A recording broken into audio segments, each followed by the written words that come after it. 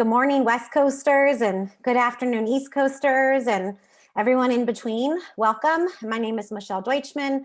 I'm the Executive Director of the UC National Center for Free Speech and Civic Engagement. I'm so glad that all of you could join us for our first program of 2021. I hope all of you and your friends, families, and school communities are healthy and safe. It is hard to believe how much has happened in the last 20 days. Challenges to the election, election certification, insurrection, and the dawning of a new era with the inauguration of the 46th president and the start of a new administration. These past 3 weeks have served to remind me that we cannot take democracy for granted and that we must zealously protect the cornerstones that underpin it: free and fair elections, expression, and the peaceful transfer of power. To talk about these issues and others with us today is Professor Rick Hasen. If you have not yet had the opportunity to hear Rick discuss these complex issues, then you are in luck. And if you have heard Rick before or read his recent book on elections, then it is easy to know why you are back for more. Rick is Chancellor's Professor of Law and Political Science at the University of California, Irvine.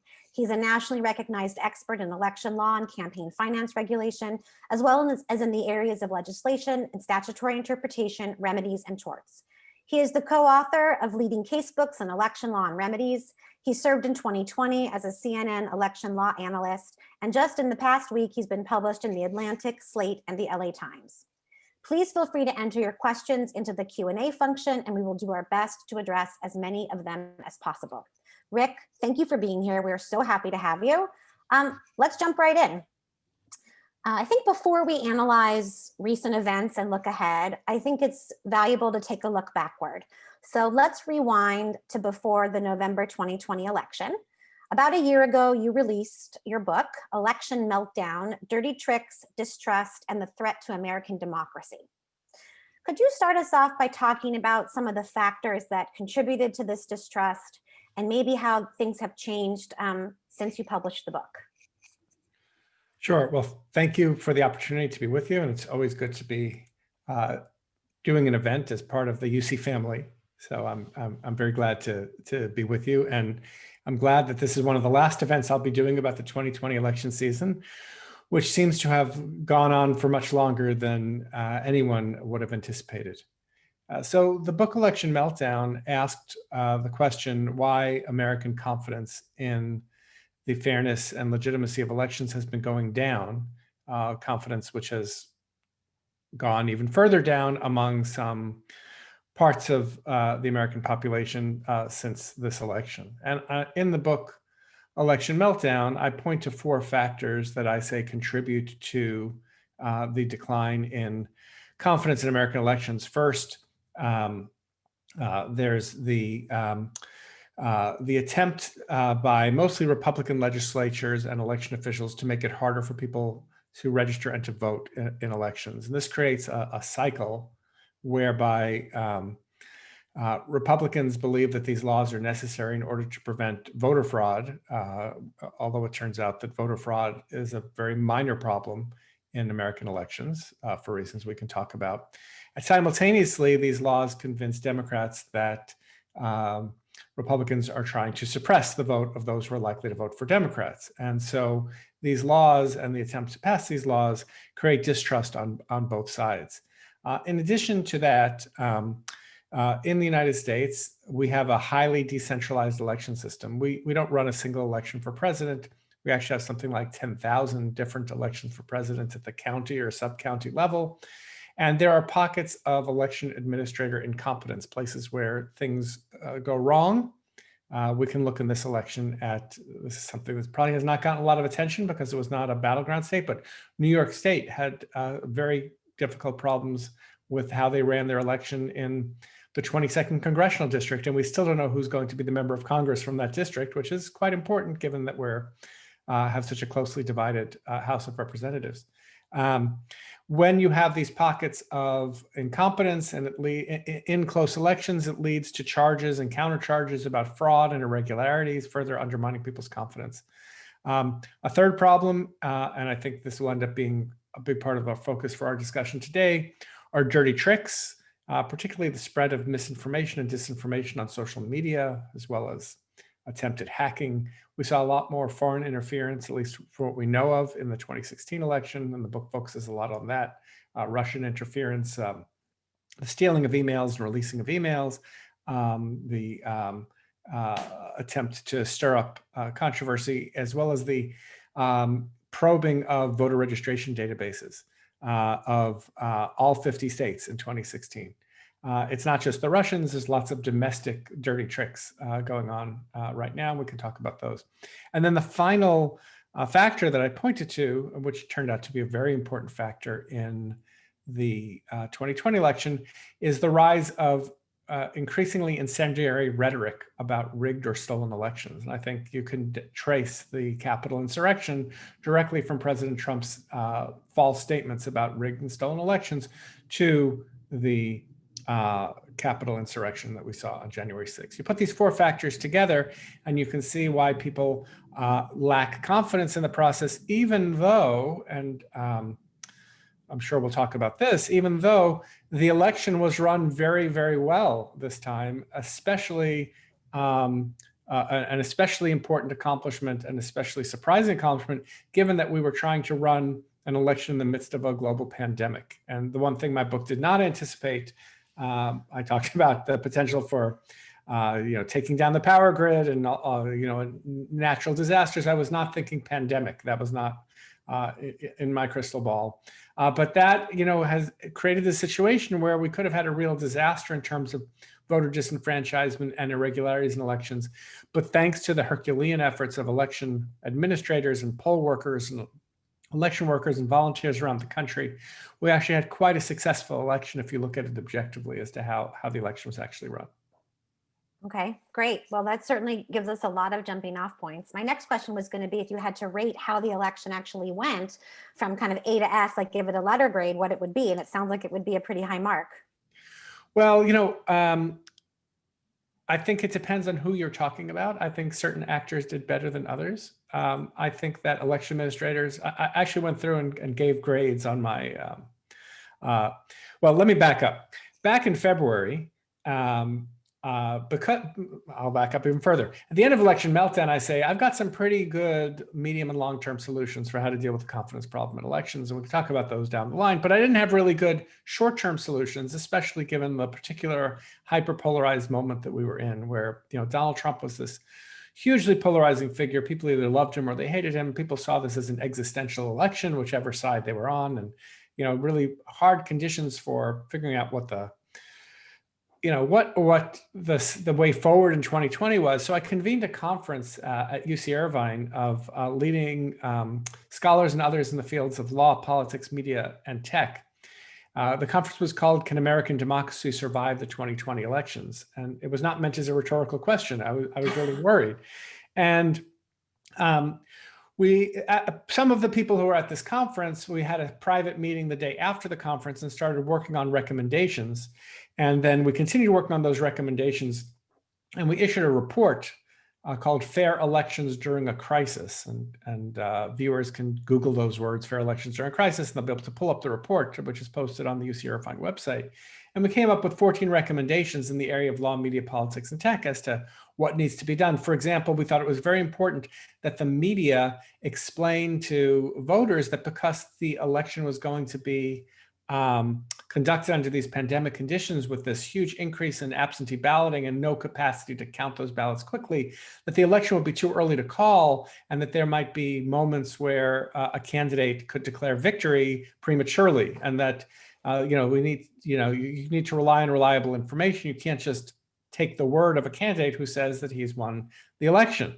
And so, we made recommendations for the media, and I think the media also did very well in getting that message across. We weren't the only ones, of course, making that point, but eventually the media, it was very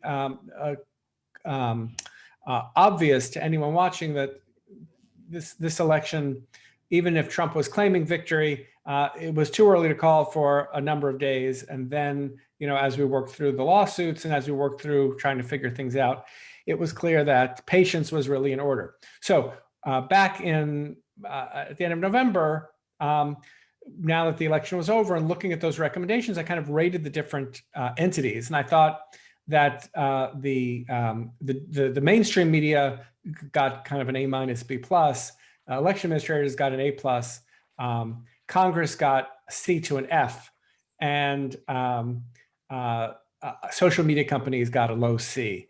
In part because of how they handled repeated claims of misinformation, disinformation. Things really changed after I gave those ratings when we had the insurrection, and social media companies took a very different view as to how they should handle, for example, false claims by the president that the election was stolen or rigged, and had to deal with whether or not to remove the president's accounts from major social media platforms. So how was the election run? Objectively, I think the election went very well. How it was handled publicly, I think it differs depending on which actor we're talking about. And in part, if you're talking about the question of legitimacy itself, I think there were a number of Republican heroes who I think have not gotten enough credit in this election, including Brian Kemp, who's the governor of Georgia, who's somebody I was very critical of in election Meltdown for how he had handled his own governor's election in 2018. But he faced tremendous pressure to declare his own state's election invalid and try to hand Georgia's electoral college votes to Trump. And so there were some real heroes on the Republican side, but then there were also people who either because of their own false beliefs or because they were afraid of the Trumpist wing of the Republican Party, you had almost 150 members of Congress who, even after the insurrection, were willing to vote to object to the electoral college votes of Arizona and Pennsylvania as those were brought up in Congress, even though there was no good evidence, none whatsoever, that in either state there was a major problem with the election that called those results into question. Okay, that was really helpful. And I think I'm going to jump off in terms of this idea of confidence and how it's at really a low point. And I guess my question for you is, what are some of your thoughts on how we rebuild confidence in the election process? And then I guess a second question, and you can answer them in whatever order you want, is you mentioned, voter fraud is actually a minor problem, but how did we get to a place where there's this very fervent belief that the election, was quote unquote stolen? So let me start with the latter question first. The book Election Meltdown kind of talks about this. It seems to me that there are kind of two wings or two trends within the Republican Party. One you might think of as the George W. Bush compassionate conservatism, big tent approach to governing, which is let's try to attract voters who had typically been more aligned with Democrats, and let's bring them into the Republican tent. So you saw, for example, President Bush make efforts at immigration reform, try to bring Latinos into the Republican Party, try to be very inclusive. And then you see the Trumpist wing of the party, which is the one that has been ascendant for the last few years. And they've taken the view that ginning up the base is the best way to win elections, and appeal to white, rural, with a somewhat xenophobic and somewhat insular approach to elections.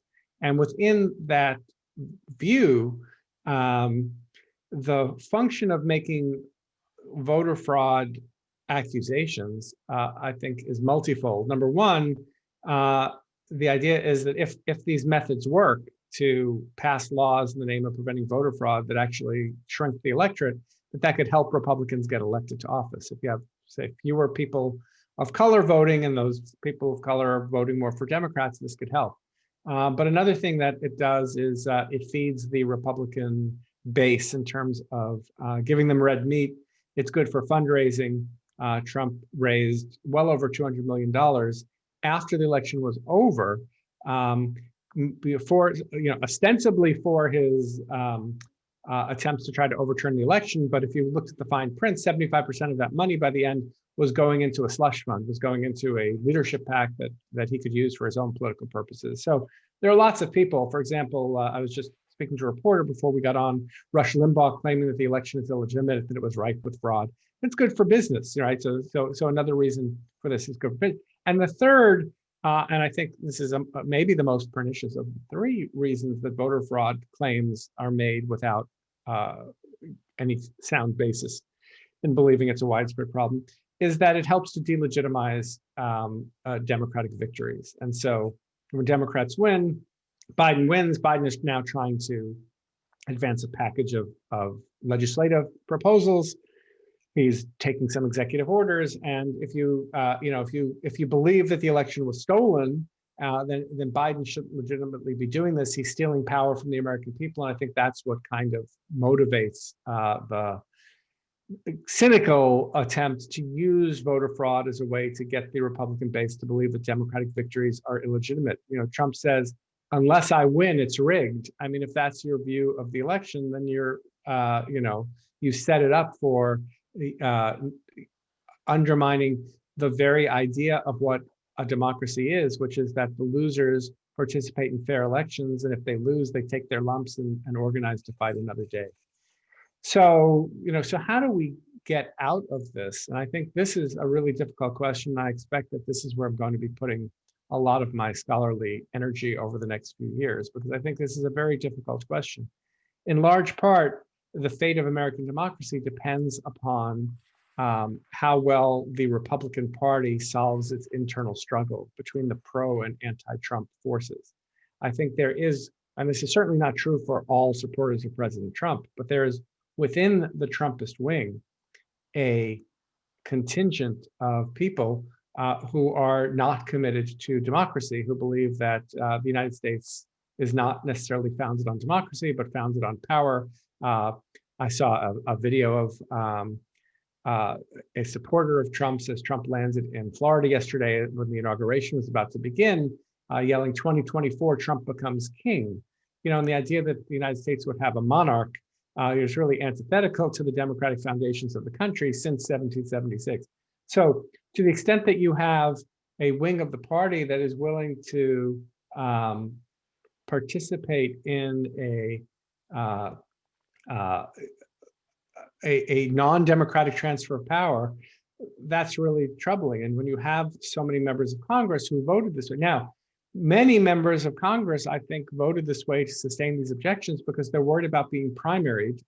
They're worried if they would have gone along with accepting the Electoral College votes from Arizona or Pennsylvania, that they'd face a primary on their I don't want to say even on their right, from the Trumpist wing of the party, from an anti-democratic and authoritarian wing of the party, and they wanted to forestall that.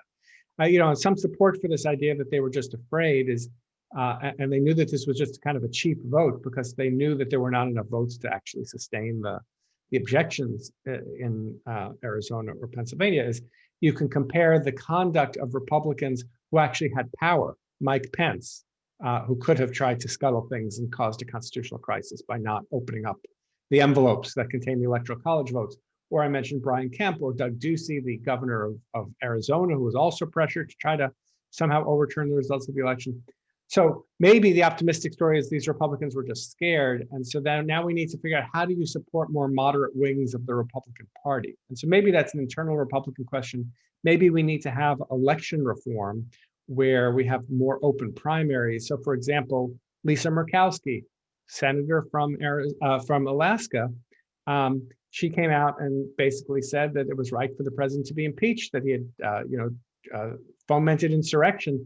Well, she's going to be participating in a kind of modified open primary in Alaska next time she runs. She doesn't have to worry that she's going to be primaried by a Trumpist Republican, because so long as she maintains broad support in Alaska, she'll be able to make it to the final rounds in the election and be reelected. So I do think that a lot of this has to do with what Republicans can do over the next few years to actually move back towards what I would consider the more responsible wing of the party, that George W. Bush wing of the party. And it's no accident that on the Saturday after Election Day, which was a day that the news networks called the election for Biden, when there were enough votes counted in Arizona that we could say that Biden had won, George W. Bush quickly came out and congratulated Joe Biden. But yet it took Mitch McConnell more weeks to do it, and it took Kevin McCarthy, the House Minority Leader on the Republican side, more weeks to do it. And even today, there are many Republican members of Congress who have not said that Joe Biden was legitimately elected, and that's really troubling. Absolutely. I echo how troubling that is. I mean, so many things to follow up on. I mean, I guess we have a new administration, and I feel like if you were going to kind of recommend to them, top democratic or election reform, what would be kind of like your top 3 priorities, to get started? Well, so number one, as I suggested, would be election reforms that would support moderation, especially on the Republican side, because, Biden yesterday in his inaugural speech called for unity. I think we do need unity at kind of a macro level. We all have to accept that the elections are legitimate and have fair rules of the game. So one pocket of things that we could do is to promote responsible centrist parties. That could be through primary reform. A second thing we need to do is assure that we continue to have fair elections. So I think it took a tremendous amount of work to have a good and fair election in the middle of a pandemic. We were successful. I think that running a fair election is a necessary but not sufficient condition for public acceptance of results. But it's a necessary condition, so we need to have it. So the kinds of things I'm thinking about in the second bucket would be things that promote voter confidence, like audits of elections afterwards. So there's something called a risk limiting audit, which is a way to basically take a sample, depending on how close the election is, of the votes that were counted by machines or otherwise, and make sure, looking by hand, that the vote totals match what the votes have been reported. And so in Georgia, for example, they voted on controversial new voting machines that we have them in Los Angeles County as well. They're a touch screen. They're called a BMD, a ballot marking device. It's a touch screen that produces a piece of paper that then gets counted. It gets counted by a machine. The machine reads a QR code and gets the results. But in Georgia, not only did they have a recount where they ran the results through the machine again for the presidential race, they had a hand recount where they counted every single ballot for president by hand, how many for Biden, how many for Trump, how many for other candidates, and the results were substantially the same, very, very minor variations. And so I think doing those kinds of things are important. And then the third are important for promoting voter confidence. And then the third bucket of changes are, I think, strengthening voting rights.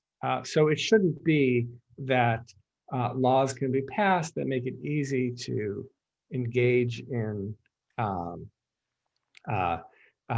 suppressing the vote or attempting to suppress the vote, because lots of these attempts to suppress the vote actually backfire and, in fact, increase turnout. But I think that passing something like a John Lewis Voting Rights Act that's been proposed, restoring some of the provisions of the Voting Rights Act that the Supreme Court killed off in the 2013 Shelby County versus Holder case, as well as I think Congress has the power under Article 1, Section 4 of the Constitution, which gives Congress the power to set the rules for congressional elections, to override state election rules. Congress, for example, could require that there be every state offering some early voting opportunities, either by mail or in person or some combination. So Congress could mandate that we have a 2-week voting period at least. Another thing Congress could mandate, which could also help not just with voting rights, but with that first bucket about creating conditions for moderation, Congress could require the use of redistricting commissions to draw district lines. Congress has broad power to do that. I don't know that Congress would do that. It might mean that you'd have a partisan divide. It might mean that Democrats wouldn't be able to get this through unless they got rid of the filibuster, which of course is, would be very controversial. And Biden's got a lot of other priorities he's got to deal with. He's got to deal with the virus. He's got to deal with climate change. He's got to deal with immigration.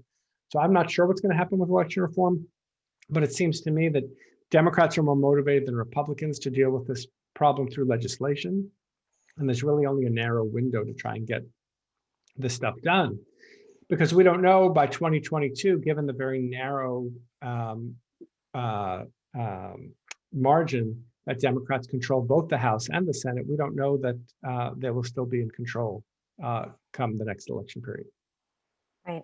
So a lot of different factors. And I think I'd like to touch on one of the other factors that you mentioned initially, which is this sort of incendiary, the role of incendiary rhetoric and misinformation and disinformation, because right, elections don't occur in a vacuum. And so there's this congressional reform and other kind of election reform. But I know you're hard at work on a new book, which is called Cheap Speech: Saving American Elections in the Disinformation Age.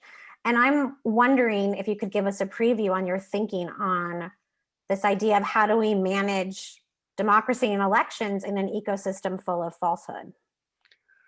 Yeah, so in 2016, the biggest source of disinformation appeared to be coming from outside the United States, from Russian government agents who were posing as Americans. There have been a number of reports that have detailed what happened. Some of the reports are pretty astounding. So, for example, the Russians set up pro and anti immigration groups and set up Facebook pages. It cost $100 to set up each Facebook page. So for $200, they created fake groups and then got real people to show up on opposite street corners in Florida and protest against each other, really setting us against each other. It just showed the power of cheap speech, how, it didn't take very much to use social media to get people riled up. In 2020, the biggest source of election disinformation was the President of the United States. And that creates a uniquely difficult problem because the president already has a bully pulpit. We don't have anything like this on either the Democratic or Republican side. And I should say, I don't see this as a Republican problem as much as this is a problem of demagoguery. And one of the things I argue in the manuscript that I'm working on now, the Cheap Speech book, is that it's much easier for demagogues to be successful, not just in the United States, but around the world, because no longer do they have to go through intermediaries for their messages to be considered. So if you have this incendiary message, you can put it right on Facebook or Twitter or some other platform, and you can speak directly to your audiences and say things that are not going to be subject to fact checking. That's why there was so much pressure on the social media companies to deal with Trump's disinformation. And so the first way that the companies dealt with disinformation was by essentially ignoring it. The pressure by the fall of 2020 became so great that both Facebook and Twitter started applying labels to false information. So Trump would say, "I won the election," and Twitter would put a little label on that says, "This claim is disputed. Click here for more." Facebook's labels were worse than Twitter's. Some of them, they kind of suggested the president was maybe right. It would say, the president would make a false statement, and Facebook's label would say, "Click here for more information about the election." So, kind of suggesting if you want to get more information about why the president is correct, click here. Eventually, it took the insurrection. We haven't talked directly about the insurrection, but I think it was not just Trump attending the rally, but the fact that Trump over 400 times had made false claims about the election being rigged or stolen, and had on numerous occasions on social media directly invited people to come to Washington on January 6th. He said it will be wild, and pressuring the members of Congress while they're actually counting the Electoral College votes. And so it actually took the insurrection for Facebook and Twitter to take down the pages of, or the access to the pages of Donald Trump's accounts. And just this morning, just before we got on, I don't know if you saw this announcement, but Facebook has announced that they are taking the question about removing Donald Trump from Facebook to their oversight board. So they've created a board made up of law professors and free speech advocates and others, and they're going to let the Facebook board make a binding decision as to how to treat Trump and how to treat other elected officials. And so, the statement was really interesting because, Facebook now for the last year has been saying, "Please regulate us. We want regulation." But they haven't really specified what regulation they would like and what they would tolerate. In the past, they had opposed certain particular kinds of regulation. Not clear what regulation the government would be able to issue consistent with the First Amendment that would say, you must remove speech from someone who says hateful things, right? I think that would be a kind of hate speech law that would violate the First Amendment, at least as the First Amendment is understood in the United States. So Facebook kind of passing the buck, they can't pass it to a government entity, so they're instead passing it to this oversight board, which I think would give them some political cover. We've created this independent board, we'll see what they say. And I don't know enough about the composition of the board to know exactly what they're going to say. But I think in some ways, Trump presents an unusual kind of danger, right? So every political candidate lies or shades the truth occasionally. Every political candidate will complain about certain things, but I can't think of any other American politician before Donald Trump who had made repeated, consistent claims of election fraud, which directly undermined the election. So, do you have a Trump-only rule? How are you supposed to deal with this? Because now Trump has let the genie out of the bottle. He's kind of created the conditions where he's created a template for others to try to emulate this. And so I'm worried that you will have copycats of Donald Trump who will try to argue if they lose elections that they've actually won their elections. And so that's why the piece I had in the LA Times yesterday was talking about how we're not out of the woods, because even if Trump is somewhat defanged by being taken, being taken off social media, it's not clear to me that the Trumpist ideology or others who would be copycats are going to be similarly policed by these social media companies. I think ultimately the answer to this is, consistent with the First Amendment, we're talking about legislation, is that antitrust law is what's really the best way to deal with this problem. That is, the problem is that Facebook and Twitter are too big. And that if there were actually a multiplicity of platforms, maybe if Facebook didn't also own WhatsApp and Instagram, we wouldn't be as worried about one company having so much power over speech.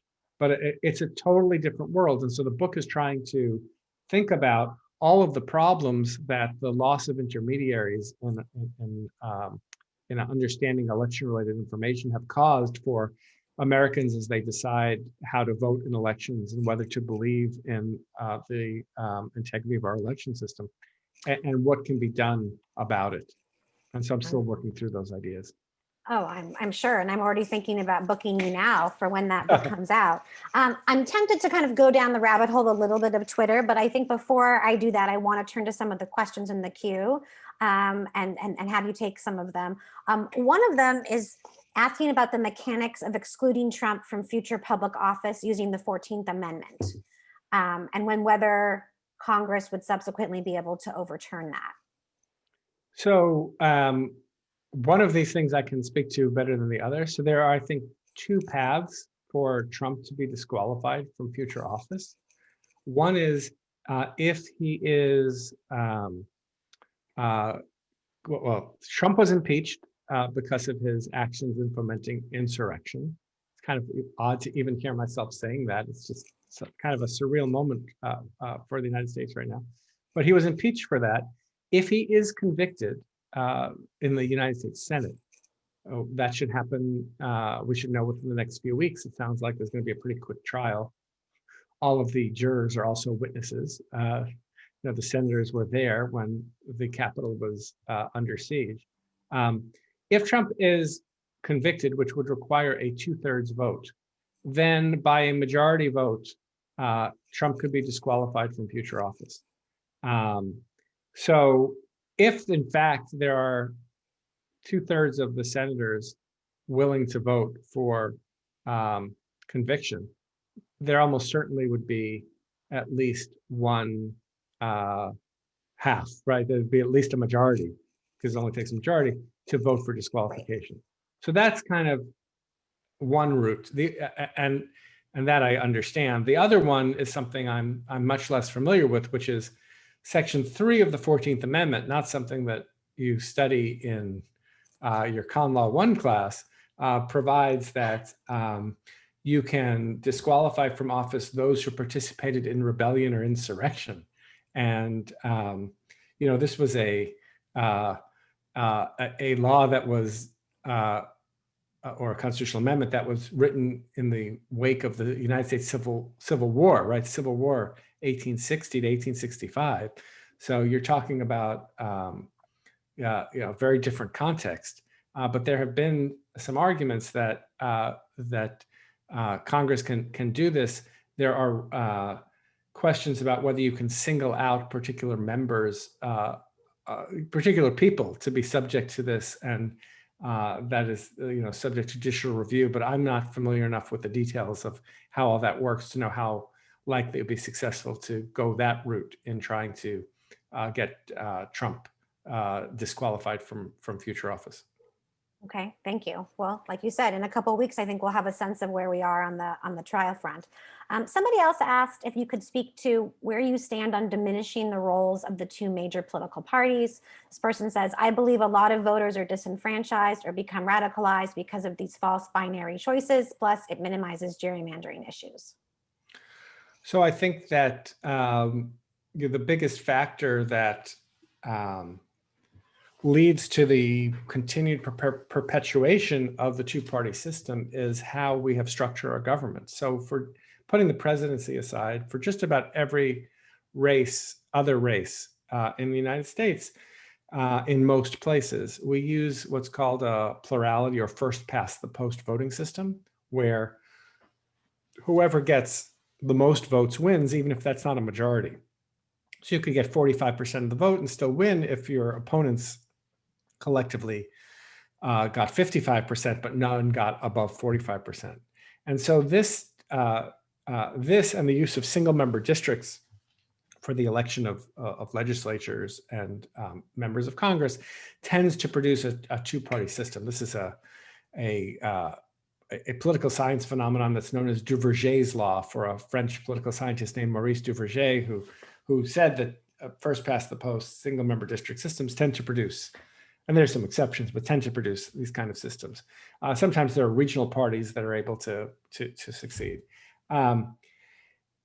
You can imagine systems that could perpetuate greater independence.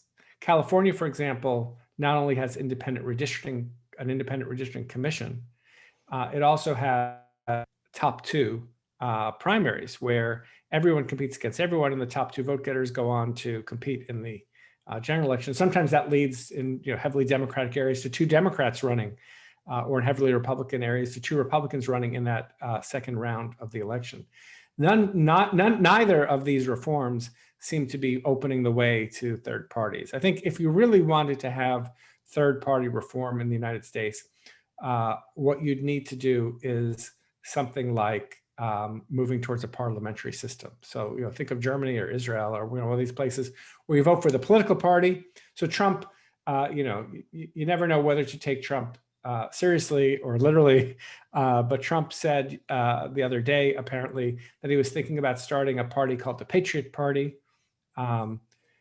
If Trump did something like that, that would be great news for Democrats, because it would split the Republican Party into two. And because we have a plurality system, Democrats would, potentially gain many more seats. The way that you can have more parties and not have that happen is either through the use of something like ranked choice voting in elections, which Maine has just adopted. So let me explain how that works for a second. So if people are voting for president and say there's a Democrat, a Republican, a Green, and a Libertarian running for office for president, and in Maine, none of the candidates gets to 50%, but say the Republican is slightly ahead of the Democrat, but neither has 50%, you then look to those who voted for the Libertarian and Green candidates, which tend to be much smaller numbers, and you ask what were their second choice picks for this vote, and then you allocate the votes to the second choice, and this eventually produces a majority winner. And there's controversy as to whether this is a better way to run elections or not, but what it does do is it empowers third parties, because you're not so-called wasting your vote by casting the ballot for the third party candidate. The other way is, much more radical change, is you could get rid of the way we choose members of Congress, and you could have a party system, so people could vote for the Republican Party or the Democratic Party, the Green Party, or whoever, and say if the Green Party gets 20% of the vote, or the Libertarian Party gets 15% of the vote, then they can form a coalition with another larger party, and then they could go into government, right? We see this in Great Britain, we see this in other places. One of the downsides of that is that, and Israel is a good example of this, it often leads to the smaller parties having much more power over elections than the centrist parties. And, unless you get a government of national unity, in this case, the Democrats and Republicans agreeing to work together, that becomes tough. And also it's hard to take that kind of system and overlay it with a presidential system where we have, separation of powers and one presidential candidate. Those other systems are parliamentary systems. So it would really be Nancy Pelosi or Kevin McCarthy who'd be the head of the government, right? Whoever the head of the party is in the legislative body would then be the head of the government, right? A very different system. I also think that court decisions help make it even easier for the two parties to maintain a kind of duopoly. And there's not much you can do to change the courts. The courts view a two-party system as being more stable. And the Supreme Court itself has said in a number of cases that states have the ability to basically favor the two major parties over minor parties. So there are a lot of obstacles. People might feel disenfranchised, but it's not clear what kind of election reforms would be doable in the United States that could actually deal with that problem. Yeah, I think a lot of the things you described are actually really exciting and sort of innovative, but I just don't know what the appetite in this country is going to be, for them. I want to just spend a minute and go back to kind of Twitter and other platforms and sort of ask you, do you think that was the right choice to deplatform Trump? Do you think it should have been done sooner? What are your thoughts on that, as it sort of intersects with, speech and expression? So I do think that the platforms should not lightly remove a presidential candidate or elected official from their platforms. Right? Let me first be clear, and the Supreme Court said this as recently as 2 years ago, that private entities are not subject to the First Amendment. So, if the government was saying we're going to remove a candidate for saying X, that would create a serious First Amendment problem. But just like NBC could decide, we're not covering Trump's speech today, Twitter can decide we're not featuring the Donald Trump Twitter feed as part of what we're offering in our speech, right? It's our platform. And we can talk about Section 230 and all of that if you want as well. So as a matter of constitutional law, I see no basis to criticize the platforms for what they decide to do. But they do because they have tremendous market power. It is something that should not be taken lightly. An example that I plan on using in my cheap speech book is, imagine that Google decides, we really like candidate X running for president. We really dislike candidate Y. So we're going to program our search box so that if you search for candidate X, you're going to only see positive stories. And if you search for candidate Y, you're only going to see negative stories. Google's a private company. They can do what they want, yet Google has so much power that I think people would find that really objectionable.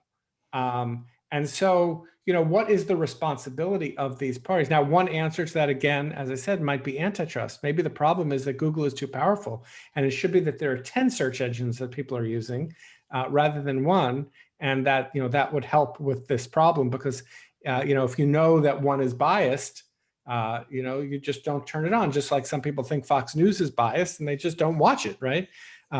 We don't think that Fox News should be banned because it, features a particular point of view, or MSNBC should be banned because it features a particular point of view. But on the particular question of how do you handle the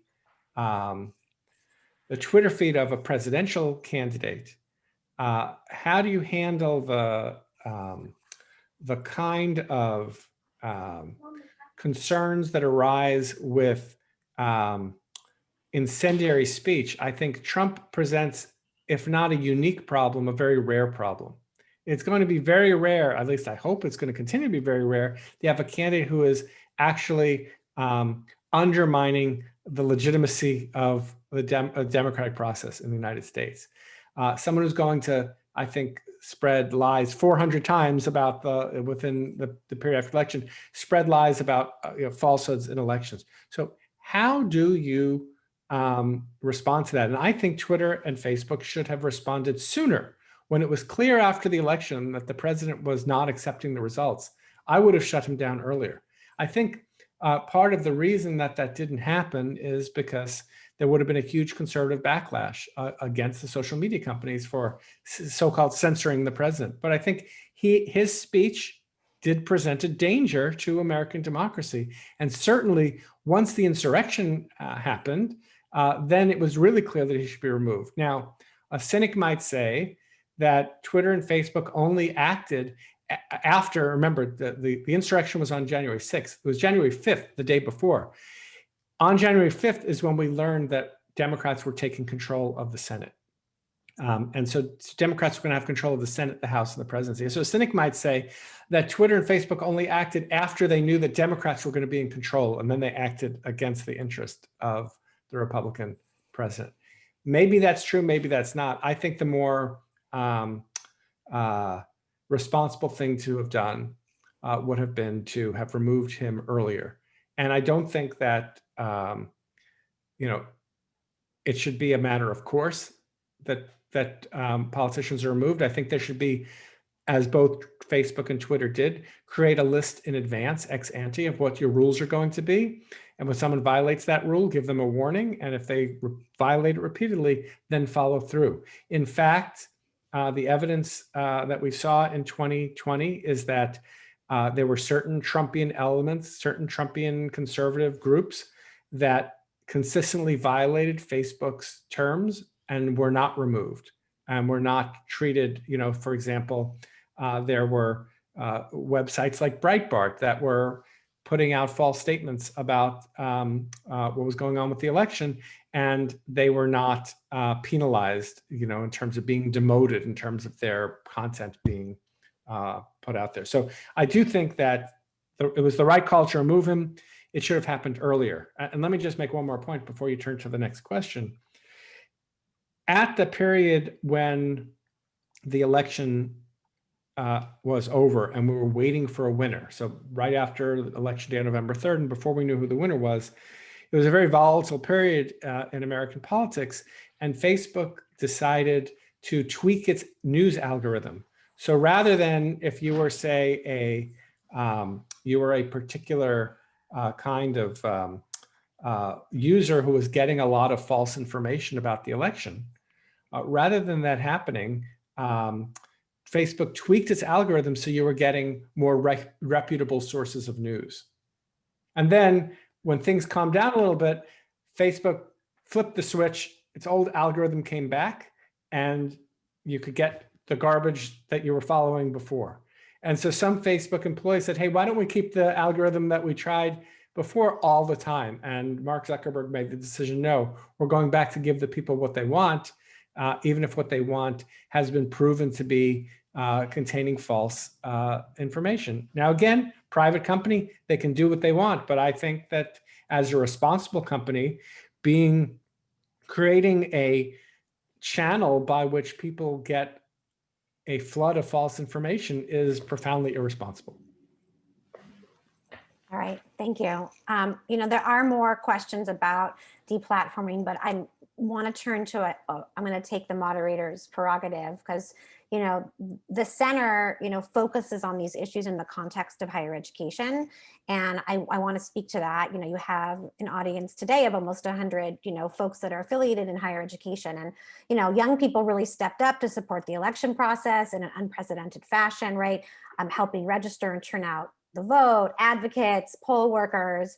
And I guess one of my questions for you is, what can our college communities do now to support the work of rebuilding, democracy and rebuilding confidence in our democracy?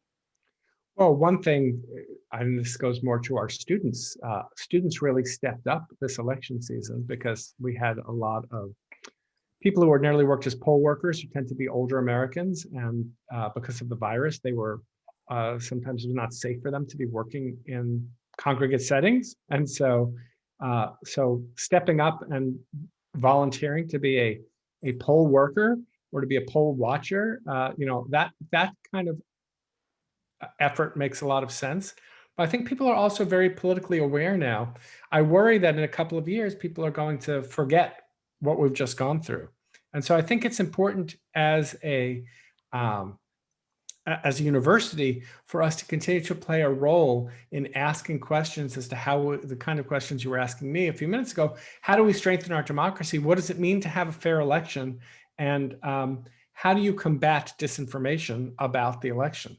This really is the defining question of our times. If you think back, if you imagine a Trumpist figure in, say, 1970, making the same kinds of claims. So, same character, but without the ability to access social media. Well, then channels 2, 4, and 7, which were the only stations that were, nationally broadcast at that time, maybe there was PBS, by then, right? And some local stations, they wouldn't have covered this. And they certainly wouldn't have covered it in the same kind of detail. And people would not have been able to find a way to have organized to violently attack the Capitol. On the other hand, we don't want to go back to the 1970s. We don't want to go back to a period where there's very little speech. I mean, it's been tremendously useful to be able to have information at your fingertips. You can take out your phone and you can find out just about any fact that's out there in the world, and you can find like-minded people. And so the question is, how do we take the forces that the era of cheap speech has unleashed and use them for good, organizing to bolster institutions, building up responsible intermediaries, protecting the rule of law, educating both young people and older people about the importance of fair and legitimate elections? How do we do that in an era where it's just so easy to spread false information? A big part of this is about digital literacy. But I think, the one piece that we don't know about is how much of the particular moment we just went through was driven by the pandemic itself and the kind of isolation that comes from people being stuck in front of their screens. We have, people who are watching this. I've been doing events and sitting, it was Tuesday. I think I sat in front of my screen for 12 straight hours, teaching and doing events. It's very isolating. And, people go down the rabbit hole sometimes of disinformation. Maybe when we're back in our post-COVID era of having more face-to-face meetings, there needs to be more social interaction, and we need to be encouraging people not to go down those rabbit holes and to show respect for truth. We need to pressure our political leaders to show respect for truth. And as a university, I think how does university work? University is a search for truth among the members of the community. And so I think that is what our mission always was and should continue to be. Thank you. I absolutely agree with that. And I think that President Biden really spoke a lot about truth yesterday. And I'm looking forward to a post-COVID time where we all have the opportunity to continue discussing these things face-to-face, and also to be continuing to bolster civic literacy and digital literacy. Because I think, like any skill, they're not just things that we know how to do. You have to use the muscle and create it. I could go on talking to you for hours. It has been such a pleasure. I've learned so much from you. And I really want to thank you for taking the time. It's rare that an hour goes by so quickly. I want to thank you for taking, like I said, the time to share your insights with us. And before we end, I want to let everyone know about some upcoming events and opportunities at the center. Next Wednesday, join us for the launch of our monthly virtual program that's going to begin. It's called Speech Spotlight Live, and our first guest is UC President Michael Drake. For anyone affiliated with the UC system, I know that's a lot of you on today's program, all current UC students, staff, and faculty can apply for VOICE funding. VOICE is valuing open and inclusive communication and engagement I urge you to see this on our website. Applications are due next Friday. And then finally, for anybody inside or outside the UC system, no matter where you are, if you're interested in exploring speech and engagement, consider applying to our National Fellows Program. Those applications are due on March 5th. In the meantime, I'm going to just say that I hope everyone stays healthy and stays safe. And we will look forward to seeing you next week and in the coming months. Thank you again, Rick, and thanks so much to everybody. Thank you.